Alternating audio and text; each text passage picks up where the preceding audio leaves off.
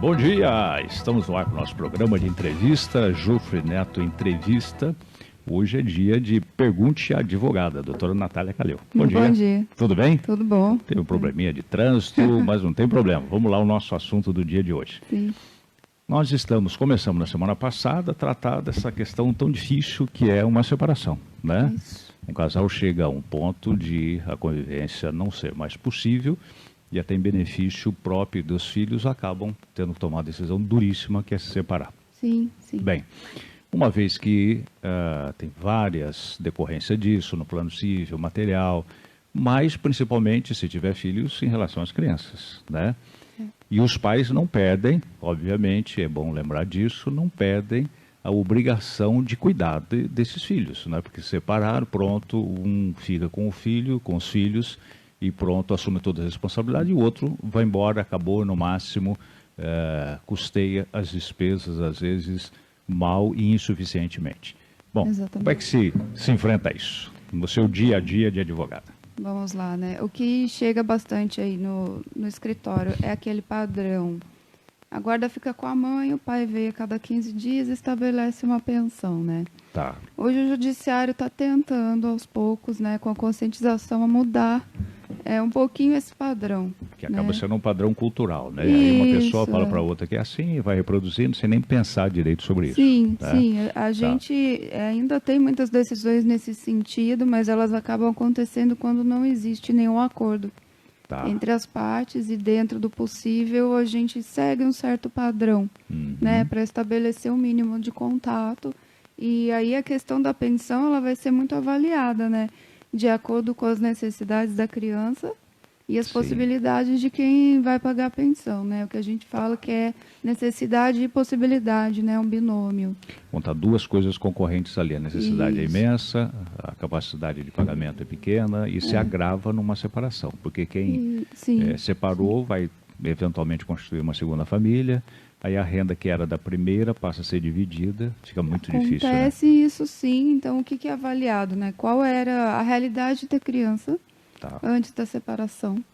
Tenta-se, dentro da medida do possível, manter essa realidade, né? Em que sentido? Ela frequenta tal escola, tentar não mudar tem o um plano ambiente. médico. Exato. Por exemplo. Manter plano, né? Fazer os tratamentos de saúde, que porventura a criança esteja aí encaminhada já para isso, né? Sim. E vai fazer a avaliação do quanto que essa pessoa que está alimentando, né? O pai ou a mãe, vai depender de quem for ficar à guarda, vai poder oferecer. Né? Então, avalia ali as possibilidades dos dois, né? Do pai e da mãe. Do pai e da mãe. Dos dois, sim. Porque tem também aquela consciência de que separei e aí o outro tem que pagar tudo para o filho. Então, existe a consciência, né? Precisa existir de que é uma responsabilidade de ambos, assim como no casamento.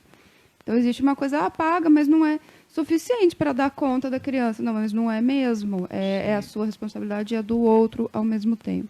Deixa eu interrompê-la, permita.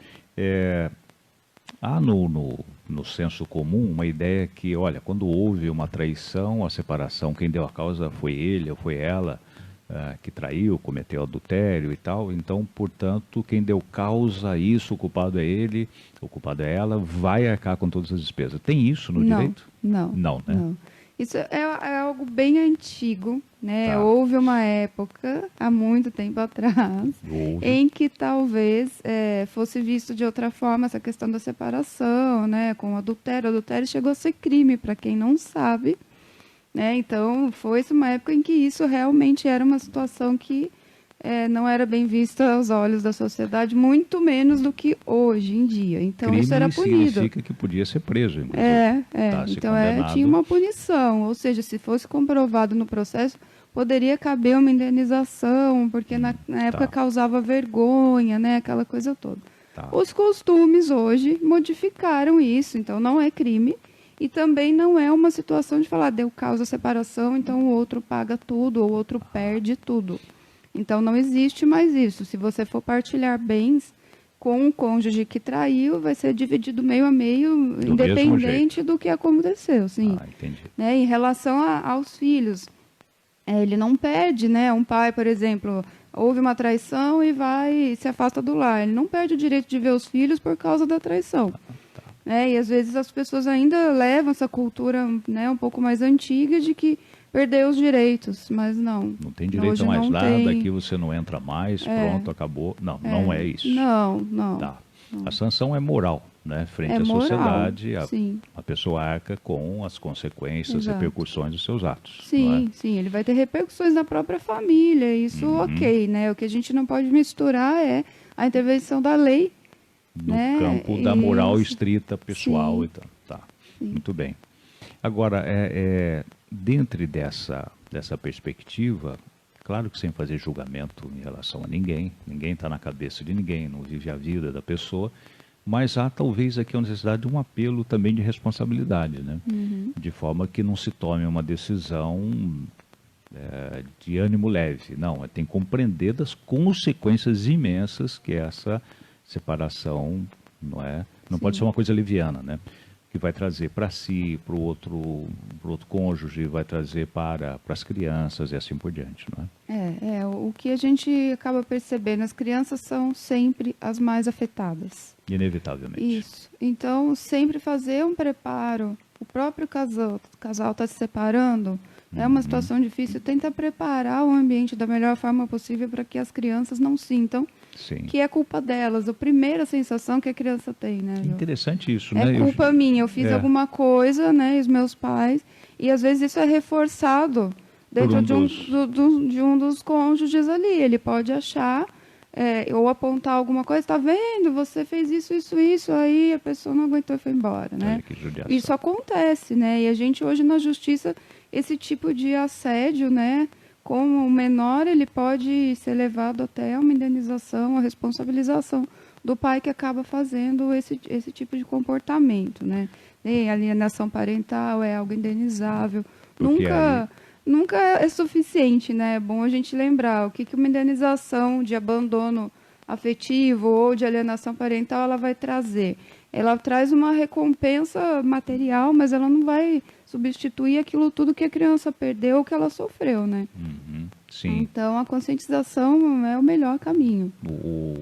A responsabilização, a indenização, então, para tentar inibir um pouquinho. Né? Se a pessoa não se contém com seus próprios princípios morais, quem sabe ela se contenha com o prejuízo financeiro. Com uma possibilidade de prejuízo. Com uma possibilidade de prejuízo. Existe, então, né, esses casos de... É uma coisa covarde, né? Ainda responsabilizar uma criança que é incapaz de se defender, ela não tem argumentos nem estrutura psicológica para reunir defesa, né, para se defender mesmo, e ainda fica com a culpa.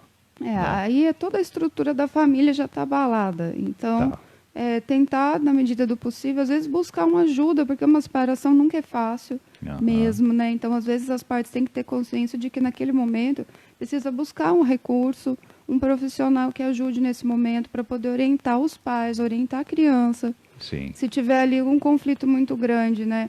Um psicólogo, por exemplo, pode ajudar, um terapeuta da escolha da família, até um guia, qualquer que seja religioso, alguma referência que aquele casal tenha para poder ajudar e auxiliar na separação. E muitas vezes eles envolvidos na situação não conseguem enxergar o que está acontecendo de forma clara, né? A gente está comentando aqui, mas somos pessoas que não podemos negar nosso lugar social. Nós somos pessoas de classe média, não é? Estou dizendo por mim, não sei matar. São pessoas de classe média, mas a imensa maioria da população nem sempre tem acesso aos recursos que a classe média tem, né? De conhecer um psicólogo, de conhecer alguém que possa orientar. Fico imaginando as pessoas em situação bem desfavorecidas, que ganham tão pouco, não é? Que ganham o mínimo, aí tem 2, 3, 4 filhos, uma situação de desemprego, não é? O judiciário está preparado para isso? Atende com o carinho devido a essa população? Você acompanha algum caso desse tipo? Assim, não existe esse acompanhamento do início ao final, né? Um tratamento psicológico, ele não vai acontecer automaticamente no processo e só é solicitado se o juiz entender que precisa de uma prova produzida por um psicólogo, né? Assistente social, a mesma coisa. Mas o que a gente indica? Aqui em Taubaté, por exemplo, tem núcleo de prática psicológica dentro da Unital, eles oferecem isso para as pessoas carentes. Então, existe, eu não sei dizer o telefone aqui de cabeça, mas é só procurar. É o núcleo de práticas psicológicas? Eu não sei, mas é um núcleo de prática dos profissionais, igual a gente tem no direito, né? Que tem a escola ali, a faculdade, os professores e os alunos orientados pelos professores. Eu creio que talvez esteja se referindo à clínica psicológica, né? E então tem a rede da prefeitura que tem o atendimento psicológico nos postos e assim por diante, né? Sim. Além do assistente social, tem os CRAS. É possível sim procurar, não é a mesma disponibilidade de quem pode ligar para o psicólogo e ir até o consultório dele, né? Como você está falando. Sim. Porém, existe sim, e tem muitos casos aqui que o pessoal da Unital atende, são muito bem atendidos, até onde eu tive a referência, né? Então, assim, existe o recurso, é que às vezes a população também não conhece. Não conhece, não sabe que porque ela não pode é algo recorrer. divulgado, né? Isso. Então, aqui também a gente faz essa divulgação, né? Isso me permite só uma breve pontuação aqui do seguinte, olha, está se criando uma onda no país, infelizmente, é uma onda ideológica, ou seja, não é a realidade, é uma ideia que alguém quer defender por um objetivo que nem sempre é o melhor, quase sempre é obscuro, ruim, de que deve-se retirar a ação do Estado, porque antigamente que era bom, que aí o Estado não interferia, né? Não, isso é uma violência, uma desonestidade com a população, que a população precisa sim do Estado, precisa de assistência. Volto a dizer, uma pessoa numa situação de dependência econômica, de sofrimento, a mãe trabalha, o pai trabalha também e ainda advém uma separação, ela precisa de auxílio externo, sim, além, claro, da estrutura natural da sociedade, a religião, né, a própria família, os amigos e assim por diante. Tem uma coisa interessante, o judiciário, aos poucos, ele está se adaptando a esse atendimento humanizado. Humanizado, tá, né? isso. E antes era visto assim, as duas partes, é mais um número, é mais um processo, vamos conduzir todos da mesma forma, né? Sim. Hoje, os olhares estão modificando um pouco. Que ótimo. Então, a gente tem algumas comarcas que já estão aplicando, por exemplo, constelações familiares. Isso que eu queria que você falasse. Sim. Como é que funciona isso? A gente pode começar aqui e vamos continuar nos próximos, até porque é uma coisa muito interessante. As constelações familiares, para quem nunca ouviu falar, é como se fosse uma técnica, um recurso de psicoterapia. Sabe. Aliás, até membros do judiciário, eu conversava com alguém do judiciário, que já não está na ativa, mas me disse, não, que interessante, eu não sabia. Sim, né? sim. Até pessoas que já foram no judiciário não sabem. Dentro do direito foi criado aqui o direito sistêmico, né, pelo Dr. Sami, é um juiz lá da Bahia, muito interessante, porque ele teve contato com as constelações e ele começou a aplicar lá dentro da comarca dele. Ele sentiu resultados, né, fazendo a aplicação dessa técnica e depois, durante as conciliações, ele teve um resultado muito bom nos processos. Então, isso começou a ser difundido e agora o direito sistêmico é uma matéria com comissões dentro da OAB. Isso já está sendo difundido para fora do país, mas é legal a gente ressaltar que isso aconteceu dentro do Brasil. O movimento começou dentro do Brasil, sim. Bacana, não existia. As constelações, elas vêm da Alemanha, né, do Bert Hellinger, mas ele não aplicava isso no judiciário. Realmente era uma técnica de psicologia, de psicoterapia familiar.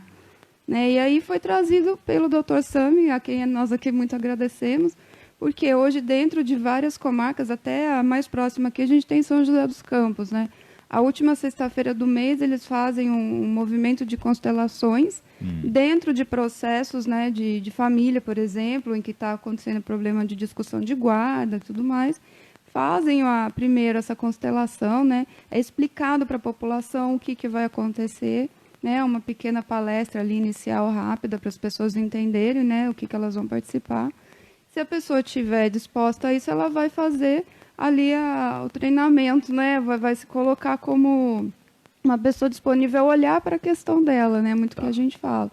E após isso, o que a gente sente é um resultado muito grande, porque as pessoas saem um pouco daquela visão fechada da briga, né, de que eu preciso ganhar, para entender o conflito no geral, olhar para o lado do outro também, para o lado da criança. Deixa eu entender melhor então. A novidade é que sai daquela, como você falou, da briga, de uma lógica, tem duas partes em disputa. Sim. E tem um juiz que vai decidir com a firmeza, sim, com a sensibilidade que tiver, mas sem obrigação de ter essa sensibilidade, talvez, mais humana, sim, com obrigação de seguir a lei rigidamente.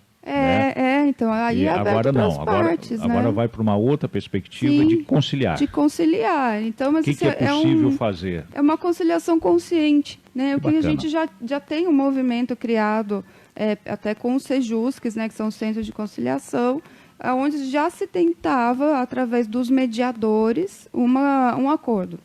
E isso está sendo ampliado com a prática da constelação, porque antes era assim, temos os mediadores, isso ainda acontece, conversa ali com as partes e tenta entrar ali num meio termo, né? Mas a constelação, ela traz uma consciência do problema lá na origem.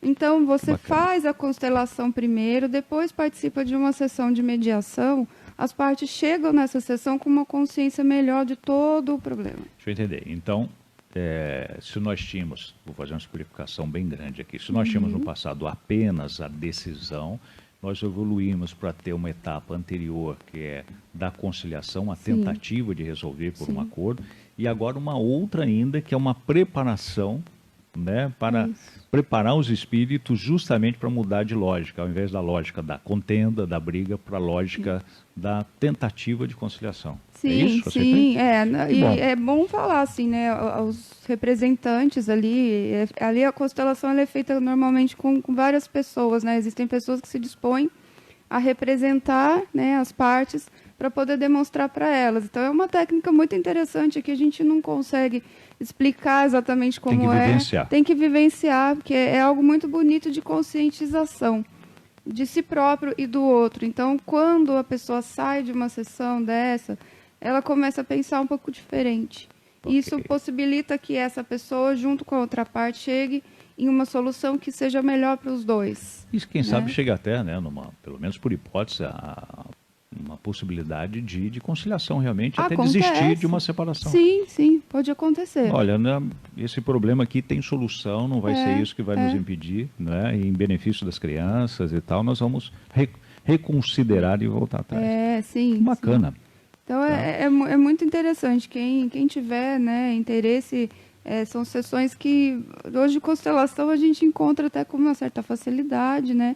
E dentro do judiciário, quem quiser passar, a gente ainda não tem aqui em Taubaté, mas aos poucos estamos trazendo, tá sendo uma consciência que está chegando. Em São Paulo existem vários fóruns ali que já praticam isso, né? O que precisa para chegar aqui em Taubaté? É decisão de quem isso? Do Tribunal de Justiça ou do Judiciário local? É do Judiciário local aqui, da diretoria, tem que ir trazendo aos poucos, né? Primeiro, a gente tem comarcas por aqui que nem Sejusque tem ainda, em Taubaté nós já temos. Vamos esclarecer, de novo, relembrar a população o que é um Sejusque. Nós já tivemos aqui um entrevistado, o professor Porcino, lá da Unital, e ele se referiu a isso, mas é interessante relembrar. O que é um Sejusque? É um centro de conciliação dentro do judiciário, tá? Para que serve isso? A gente sai para uma etapa anterior à análise do processo e dentro do Sejusque é possível até a parte tentar um acordo que a gente fala que é um pré-processual. Na verdade, eu não entrei com o processo, eu convido a outra pessoa a conversar junto com o mediador para que tentem encontrar uma solução. E esse mediador sempre vai ser alguém preparado. Sim, tem que ter formação. Na verdade, tem que fazer um curso de mediadores, ter uma formação específica com estágio. Né? Sim, olha, desculpe aqui que eu estou tentando acompanhar porque parece que tem perguntas aqui. E aí veio um som imediatamente. Vamos ver se a gente já responde. Já responde aqui no ar. Olha, tem aqui. Fernanda Ferreira Oliveira, mas tenho que aturar o ex na minha casa? Passei na psicóloga do postinho, muito bom, recomendo. A Fernanda está dizendo aqui. Olha que interessante, dica, né? Estamos tendo ela coloca duas coisas, né? Contribuiu dizendo que ela já passou no psicólogo do postinho e que também ela quer saber se tem que aturar o ex na minha casa. Como é que a gente responde isso? Não é obrigado a receber dentro do lar. O que ela tem que possibilitar? A visita à criança. Né? E dentro de um possível, assim, no momento da separação, Até que essa pessoa deixe o lar, que ela retire todos os bens, todo mundo tem que passar por um período de adaptação em que talvez essa pessoa entre e saia da casa até ela conseguir uma mudança, né? Passou esse período, então vamos fazer a visita da criança. Se essa pessoa, o ex, né, ele não tiver a possibilidade de tirar a criança e passear, ele vai acabar entrando no lar. E isso acontece, né? Existem mães que, não vou deixar você sair ficar aqui dentro de casa com mais. O filho, e aí aqui acaba você que tem não que fazer a você visita. fica aqui é do portão para fora. Vem pegar o seu filho como se fosse tem só os da dois pessoa. casos, e tem gente que não deixa tirar de casa. Aí acontece disso ser o contrário, de ter que visitar dentro da casa. Então isso é levado para o judiciário, tem toda uma discussão, porque na verdade não pode, né? Mas dentro do que é comum. Marca um horário, né? Entrega a criança com um horário para pegar e para devolver.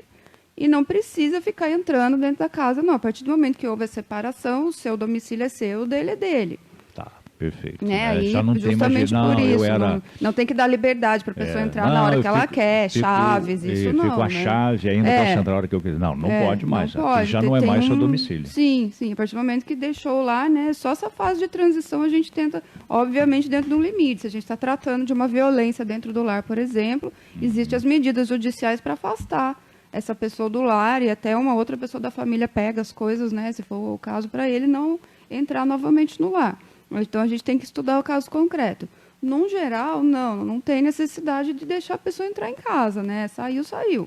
Perfeito. Porém, não que isso atrapalhe a visita à criança, né? Uma coisa é a relação dos pais, outra coisa é a relação que eles são de pais com os filhos. Muito bem. Agora, na cultura, Hora do Ângelus, com Dom Wilson Luiz Angotti Filho.